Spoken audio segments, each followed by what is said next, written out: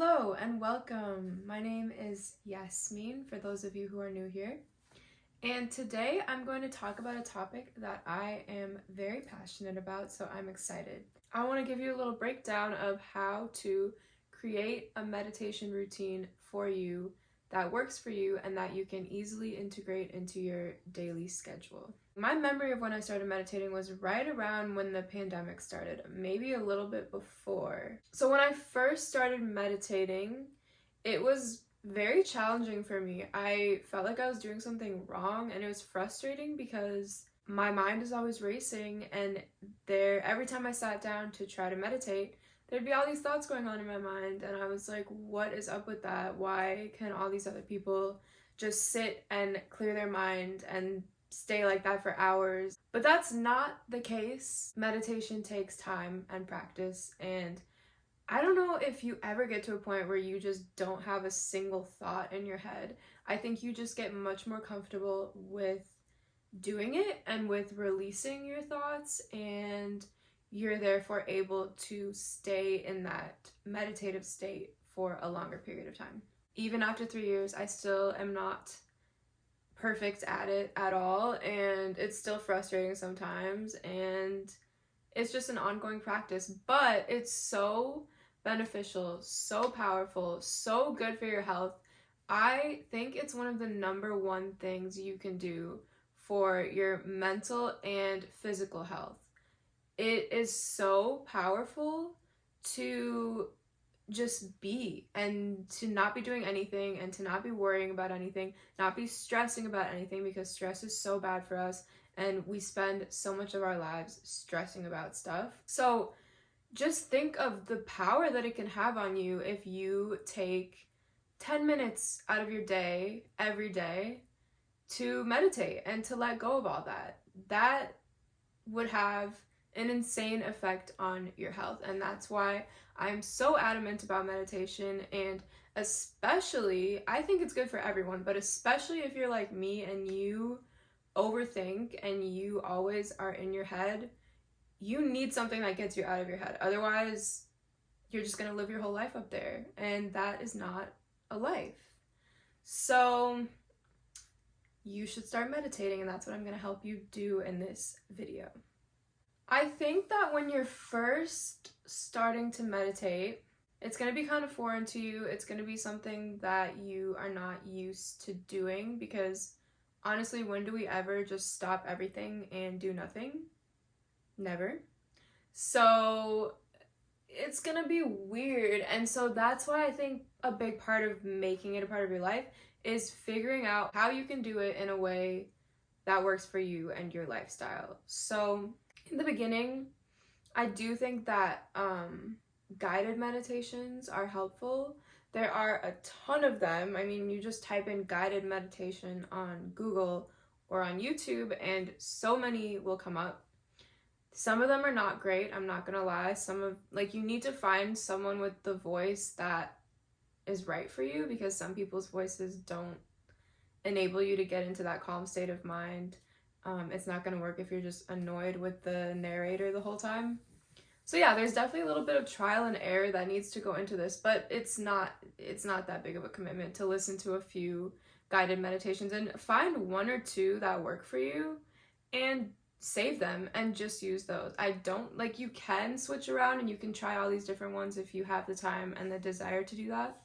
But if you don't want this to be a very big commitment for you, which I think the main reason why people are resistant to adopting new habits and people are resistant to even considering meditation, is because they think it's going to be this huge burden and this huge commitment that they have to take on top of everything else that they already have going on in their life.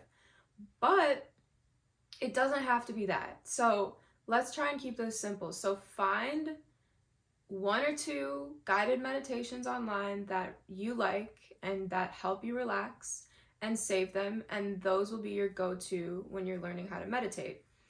When I started, I found like a 10-minute video on YouTube that I really liked. It was simple and it helped me relax and try and get into that state and just get comfortable with the idea and the experience of meditating. And I saved it, I favorited it, whatever, and it really helped me get into the habit of meditating. Side note, I am gonna be honest with you, I do not meditate every single day. I don't. 3 years of me meditating and I still have not made it a daily thing. And I am not hard on myself about that because it's not that big of a deal. The important thing here is that we are thinking about the fact that meditation has the power to change our lives and to greatly improve our overall health. The fact that we're educating ourselves on how to make it a part of our lives, like you are by watching this video, and the fact that we make the effort. So whatever that looks like, in the beginning, that might be once a week. That might be once every other week. I don't think that matters that much as long as you are consciously like, okay, I am going to try to make meditation a part of my life. And I'm not going to be hard on myself if I don't easily go from 0 to 100, as in not meditating at all, not even thinking about it, to trying to meditate for 30 minutes a day.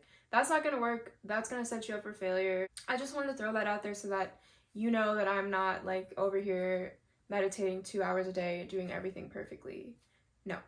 5 minutes once a week. Start with that. Once you get the hang of it, a little more used to it, a little more comfortable with integrating it into your schedule, do that twice a week, then do that 3 times a week. So slowly bump it up. Or do 10 minutes twice a week. Like, tweak it, whatever works for you. But it's just not really that big of a commitment for how beneficial it is. And I'm talking to myself right now too because I need to remember that.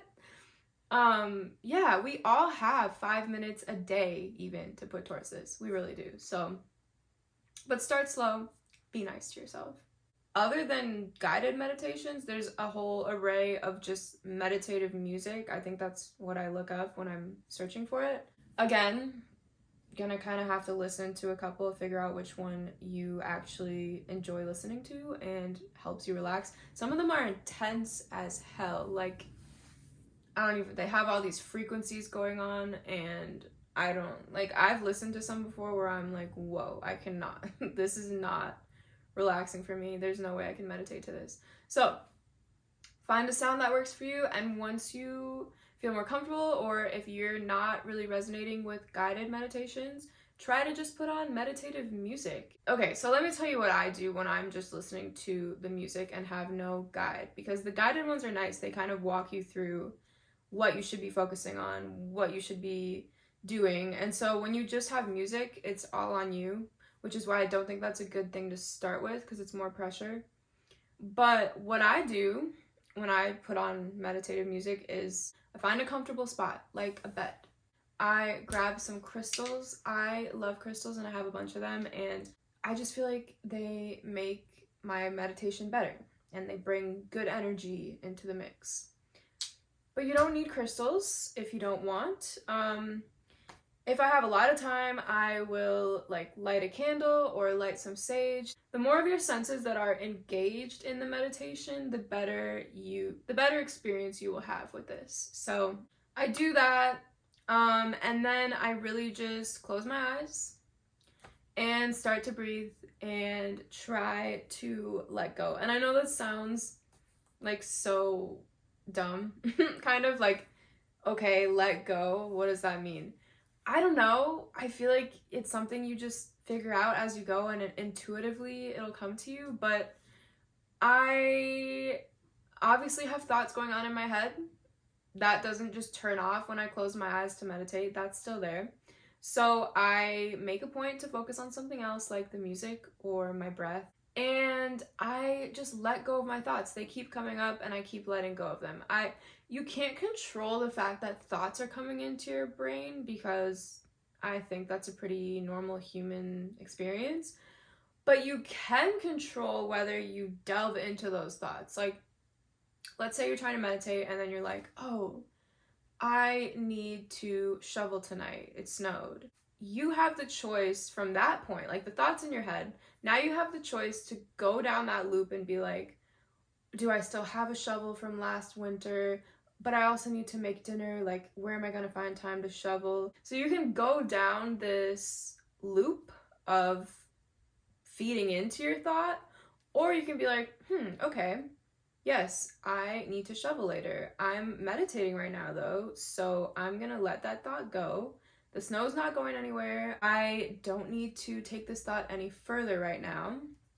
I'm gonna let it go and I will come back to it when I'm done meditating. It's really all about making the effort to stay present in the moment. And that is not easy, but it's not impossible. You're gonna have thoughts, they're gonna come up, and you just need to remind yourself that you are meditating right now. You're in the present moment.